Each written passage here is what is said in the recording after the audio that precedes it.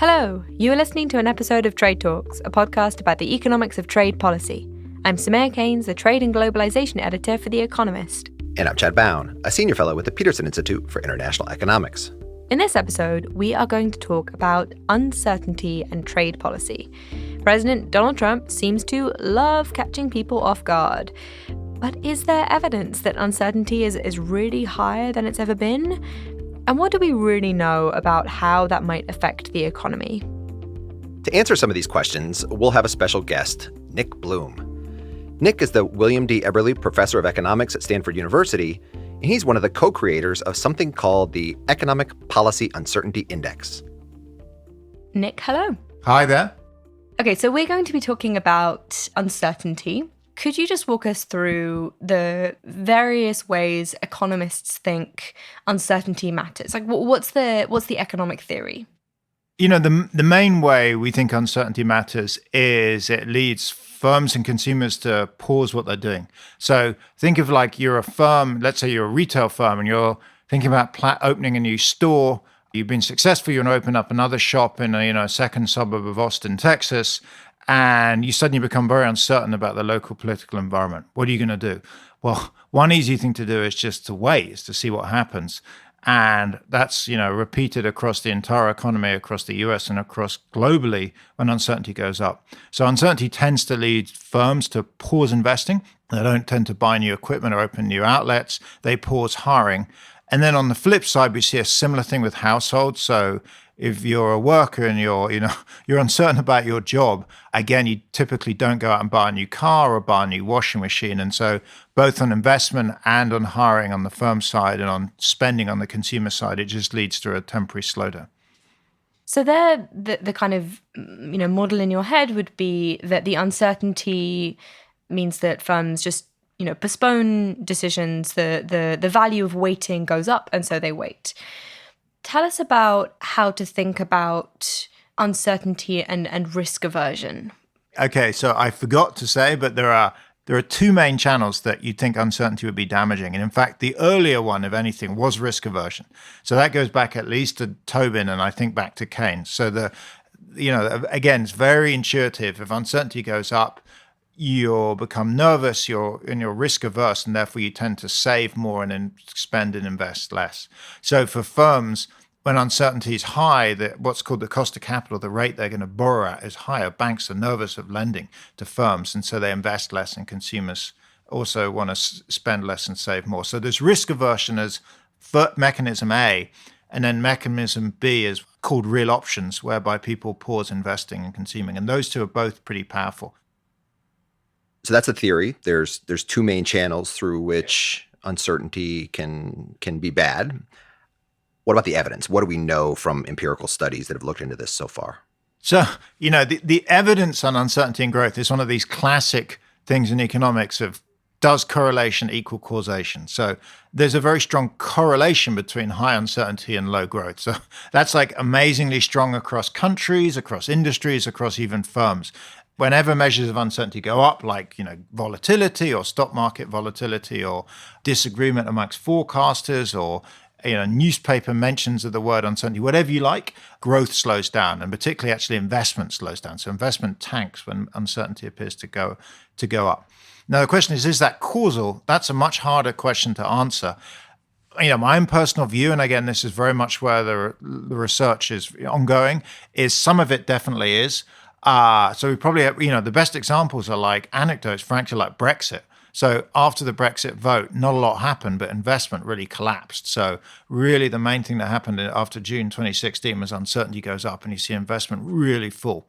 So I think some of the negative relationship between uncertainty and growth is causal, but some of it's also effect. So the reverse causality. So where might that come from? Well, imagine the economy slows down, people stop buying and selling less, more companies go bankrupt. It just creates more uncertainty.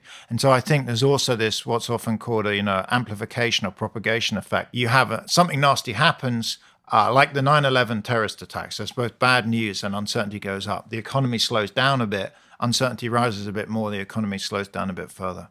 So I think it's both a cause of the recession, but also tends to be something that kind of drags the recession up. Could you talk about the paper that you had looking into this that was published in 2016 in the QJE? So what did you look at there, and what did you find? So I had a paper in 2016 with Scott Baker, who's my student, and Steve Davis, who's a colleague, a friend of mine. It came from like a discussion Steve and I were having, I think in about 2009, in a conference in the National Bureau of Economic Research, saying like everyone was complaining at that point about policy uncertainty. And it was about how the US government was struggling to deal with the recession, and they had the debate on TARP and quantitative easing, and, like enormous numbers were being talked about there was like hundreds of billions, trillions of dollars of expenditure. So we thought, how can we measure policy uncertainty? And we were struggling. To be honest, we were struggling. Like, how do you measure it? And in the end, we settled on, well, maybe we look at newspapers. It seemed like it wasn't the best measure. It was kind of passable. So we started off measuring the frequency of newspaper articles that mentioned the triple of, they had to mention economy or economic, they had to mention uncertain or uncertainty, and then one of, in the end, like 7 policy words like Federal Reserve, deficit, budget, Congress, etc. It turns out if you do that and you take a large enough group of newspapers, so in the US we took 10, like the New York Times, the Wall Street Journal. In the UK we took 2, the Financial Times and the Guardian.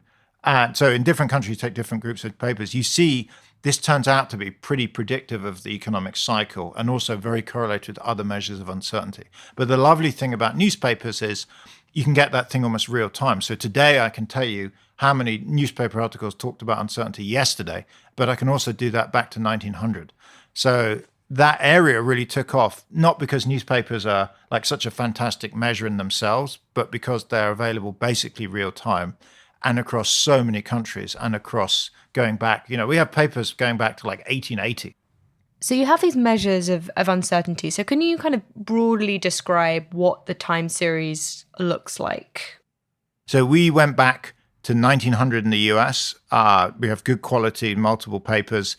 And you see that uncertainty rises and falls as based on newspapers with, events like McKinley's assassination, big spike, the crisis that caused the creation of the Federal Reserve that JP Morgan was involved in, big spike, World War I, the Great Depression, enormous rise around the Great Depression. If you read the newspaper articles around the Great Depression, it's like amazing. No one knows what's happening. And then Roosevelt comes in. The 50s, 60s were quiet. And then from the 70s onwards, uncertainty seems to pick up again. And most recently, it was obviously the financial crisis in 2008. And then it calms down a bit. There's fiscal crisis. And then recently it surged again with Brexit and Trump from 2016 onwards. So you compile this measure of uncertainty using these newspaper measures. And then what kind of outcomes are you able to correlate that with? So there's a couple of things we looked at. One is overall GDP growth in the US. And in fact, a panel of 12 countries. And yes, when EPU goes up, growth drops down. The other thing was at the firm level in the US, we could match firms to individual subcategories of uncertainty. So the other thing that's nice about newspapers is you can say, well, let's look at health uncertainty. So not only do you want the article to talk about our uncertainty words, you also want it to mention one of hospital, health, nurse, doctor, etc., or defense. You want it to mention one of war, military, army, etc. And if you look at US firms, what you find is, healthcare firms drop particularly badly in investment and sales when health uncertainty goes up, and defense firms cut back particularly in investment when defense uncertainty goes up. So that was the other outcome variable, was a sector or firm level measure. Okay, and so within that overall policy uncertainty measure, you have these subcomponents, these different kinds of policy uncertainty. And one of those, Trade Talks listeners will be delighted to hear, is trade policy uncertainty. So what does that look like over time? Trade policy uncertainty is in some ways graphically the most amazing index, because it's like a dead topic. I mean, from World War II until really NAFTA, there was very little coverage of trade. It just there was a global consensus. We want free trade. You want more integration and globalization. There's a bit of policy uncertainty index around NAFTA, but in the last 2-3 years under Trump, it's just exploded. I mean, it's like almost a vertical cliff. The thing is rocketing up as initially people aren't sure that Trump is serious about beating up on China, and then they become sure, and then the tariffs start, and they're rising and rising. So now this thing is an enormous part of overall economic policy uncertainty, whereas 5-10 years ago it was nothing. I mean, it was like 1%. Who cared about it? Whereas now it's 20-30% of articles are talking about trade. So it's a huge driver. So I had a kind of worry when I looked at the trade policy uncertainty measure over time. So the last time it went up pre-Trump seemed to be in the kind of the early 90s, NAFTA. NAFTA, yes, exactly. And that's really a different kind of uncertainty, though, right? That's uncertainty about whether there is going to be future trade liberalization, right? Whereas the uncertainty that we've got now is uncertainty over whether there are going to be new trade barriers erected. And also the magnitude is different, right? And so I guess my worry or my fear would be we've got all of this research looking at the historical relationship between uncertainty and economic outcomes. But in trade, we're kind of flying blind because we've not had this. We can't see this kind of uncertainty in the data. It might look like we had this index go up in the 90s, but actually they're really capturing quite different things. And so it just made me worried about people trying to estimate the effects of this uncertainty using this index over long periods of time, in particular for trade policy uncertainty. It's a great question. It's kind of like a glass half full type answer, which is on the one hand, you could say, look, things are different. Now it's Trump tweeting wars with China. Back then it was, Clinton and Ross Perot and fights with NAFTA. On the other hand, as an economist, I think, as economists, we should say, well, look, actually, what are we here for? We're here to kind of help policymakers predict the future and learn from the past and trying to apply models. We've talked to the Fed, the US Fed and the Bank of England, a lot of policymakers very closely because they have to look ahead. Really, the best guide is to say, well, look, we have this measure of economic policy uncertainty. When it's gone up in the past or fallen in the past, what's happened? And it's true, it's not identical, but in the past, rises of that magnitude have been pretty damaging for growth. And we've started to see already growth is not slow, but it's hardly great either. In fact, investment in the US is very poor and in Europe is poor. And one of the big factors people blame is trade uncertainty. Maybe I'd actually, in all honesty, the best measure potentially would be some kind of survey. So I'm building surveys with the Atlanta Fed and with the Bank of England, long-run surveys of uncertainty, but we just didn't start them. We only started them in 2015. So if I had if I could get a time machine off Doctor Who and go back to the 60s, I would start the survey back then and then would say, wow, we've got 50 years of data. But we just don't have that right now. So our second best, honestly, is newspapers. And from our experience, I know I'm being interviewed by journalists, but journalists basically seem to get it right most of the time, and they're a very good indicator of the perceptions of economists and business people on what's happening. So, how worried are you about maybe a separate concern that all this interest in uncertainty, it's kind of become a buzzword. Journalists are writing about it, and they're writing about it because of all the research that's being done. And that's why it's receiving all of this attention. And it's not necessarily the policy uncertainty that policymakers are doing. It's all of a sudden people are interested in it for other reasons. You're right. We are worried about it. It's part of our ongoing research. I'd say there's like two different stories, and it's hard to tell between them. The first story is, look, it's all real. So, Trump is unlike anything that's gone before him. For example, I know as an economist, he's more or less got rid of the Council of Economic Advisors. He acts more like a businessman. He shoots from the hip. He tweets. He changes his mind. He seems to, he's just so unlike any previous politician. Or Brexit in the UK is a complete break. And, China's slowing down and the Hong Kong protests and populist politicians. The list goes on and on. So maybe there's genuine reasons for thinking there's a real increase in uncertainty. But you're also right to worry that, I know the way I worked in the Treasury in the UK government. I remember used to help write speeches for ministers, and I'm sure the same thing happens, in the Fed and around the world. And what happens is often advisors will look at the academic literature, they look around at the best theories, and they got to come up with some reason to explain the slowdown. And 20 years ago, because there wasn't much academic work on uncertainty, or less certainly, they may feel nervous about blaming on that and blaming on something else. I don't know, productivity growth or foreign trade or something. Whereas now there's like a lot of literature on uncertainty, and it seems easy to pin it on that. And so Jay Powell goes and talks about uncertainty. It gets picked up by the Wall Street Journal, and it becomes a big buzzword merry-go-round. And I think the two things that push back on the second are, one, when we look at countries where I worry less about this, like the Chinese media or the Russian media, we also see big increases in mention of uncertainty. The second fact actually is very economist related. I don't know how much we talked about this, but the Economist Intelligence Unit has these quarterly reports that covers countries around the world. It's about 140 of them. It has these 30-page reports put out once a quarter, very professionally done, aimed at kind of multinationals and private equity companies, etc. And for them, we also search for the frequency of the word uncertainty or uncertain, and that shows a similar upward trend. Now, I think they're less affected by media bias. You could still worry about that, but so my sense is there's generally been some real increase in uncertainty, but potentially there's also some increase in buzzword, and it's frankly hard to tell between the two of them. Can we move on now to talk about the work that you've been doing with the Atlanta Fed? Because you have actually been going out and asking companies what they're thinking and what they're doing. So tell us about how that sort of started and what you've been finding out.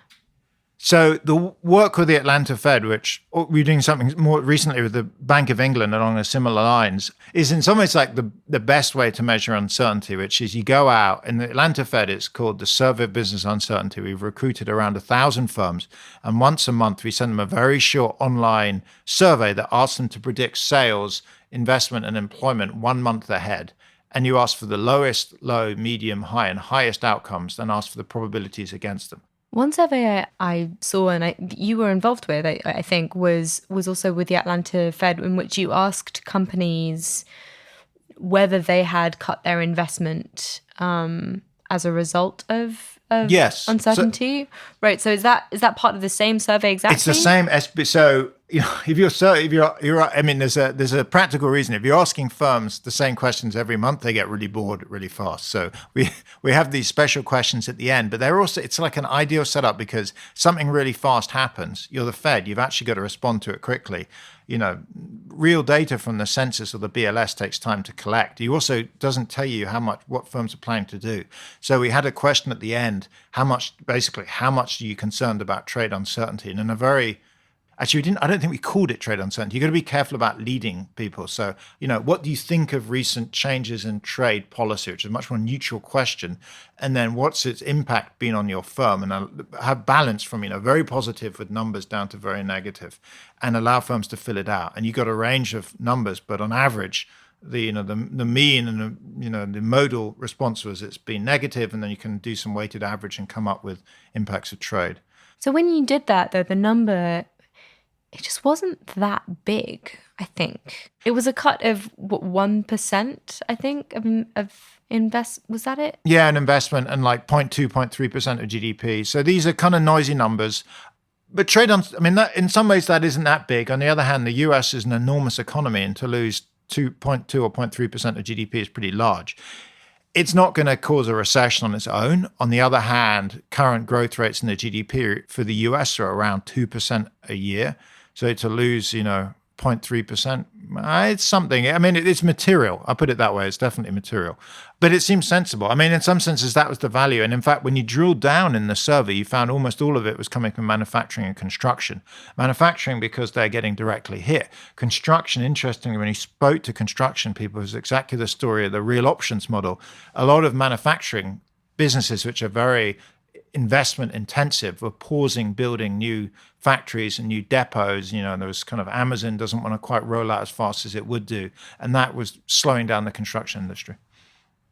I want to turn to another piece of your research, and especially because President Trump seems to be very interested in the stock market. He frequently tweets about the stock market. And I know you've done some work looking at the relationship between these uncertainty indices and stock market returns. So what do you study and sort of what do you find? Again, we rely on newspapers. We kind of answer the age-old question, which is what causes stock markets to jump? And we define a jump in the US as a change of more than 2.5% up or down. So that's like an enormous change. So there's typically 2 or 3 of them a year. They're really big jumps. And we go to the next day's newspaper and read carefully what journalists have written to use it to infer what caused the jump. So we looked at 1,200 jumps in the US going back to 1900 and about another 2,000 in other countries.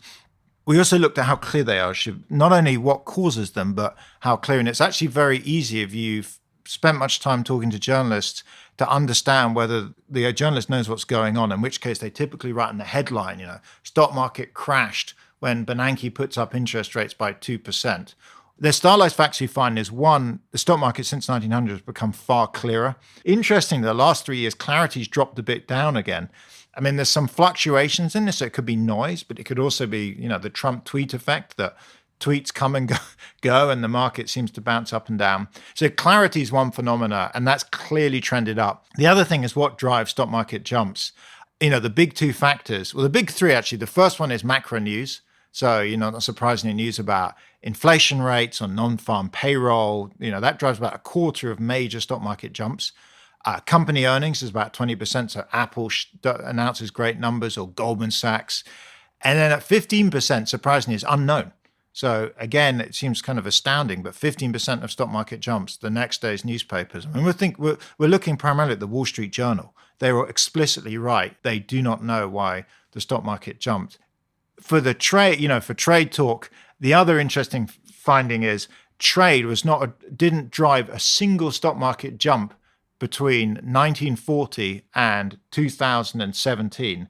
And then from 2017 onwards, it's driven 40% of them. So 5 jumps under Trump. So the last stock market jump attributed to trade before that was in 1939, which was on the barter, some kind of weird, like the wheat barter agreement. I don't think anyone's heard of it. The wheat barter agreement. Yes, of course. We'll look that one up. Yes, definitely. I don't know what it is, but so basically it was like 70 years you go back, and then suddenly Trump has totally animated trade, and so now 40% of stock market jumps are around trade, and in fact in the last year it's like more than half of them. And is it up and down? Yes. So when we define jumps, there are 2.5% changes in either direction. Interestingly enough, if you look at policy in the US, policy's almost twice as likely to be accounting for positive jumps as negative jumps. And you think, why can this be? And the reason from talking to policymakers, and it's maybe not surprising when you think about it, is good news they tend to splurge out because they want it to be all over the front cover of the New York Times, the Wall Street Journal, whereas bad news they leak out. And as a result, bad news never tends to generate a big jump because it's being leaked slowly out. So that's why policy tends to have a few number of really positive jumps and a large number of small negative jumps. And is that true also for President Trump in trade? No, for trade, I think it's more trade. Most of the trade, from memory, I think, we have 5 trade jumps under Trump, and I think 4 are negative and 1 are positive. Maybe you could say Trump is ill-disciplined. Trump, if he was a bit more disciplined, he'd leak the bad news out slowly and kind of splurge the good news. He just tends, he tells, for better or worse, he tells it as it is. Whereas the Fed, the federal government seem to be more adept at sneaking out the back door the bad news and front paging the good news. Okay, final question. Do you fundamentally think that there is any difference, there might be any difference between trade policy uncertainty and other kinds of policy uncertainty? Are we special? As Trade Talks, I hate to break it to you, I actually don't think that trade uncertainty is particularly different from other types of uncertainty. If you're a businessman or businesswoman, all uncertainty is bad news. I think trade uncertainty is the big driver of it right now, but people that are, making decisions are affected by monetary or fiscal or anything else. So, coming back to what we do as economists, we try and learn from the past to predict the future, and we just haven't had any trade shocks. And so our best bet is just looking at other types of monetary war. War has actually historically been another big driver of uncertainty, Gulf War 1 and 2. When you look at other drivers, they tend to have similar effects. Uncertainty goes up, firms pause on investing and hiring, and consumers pause on spending. And then when uncertainty drops back down again, and they start up again. And I think the same would be true for trade. Let's hope so. That is all for Trade Talks. A huge thank you to Nick Bloom, the William D. Eberly Professor of Economics at Stanford University. We'll be sure to post a link to some of Nick's research on trade policy uncertainty and its effects at the episode page of our website. That is www.tradetalkspodcast.com. And thanks to Colin Warren, our audio guy. Do follow us on Twitter. I'm at Samaya Keynes. And I'm at Chad Bown. And we're on @trade__talks. That's not 1 but 2 underscores, @trade__talks. Because 2 channels of uncertainty, the risk effect and the real options effect, is more powerful than 1.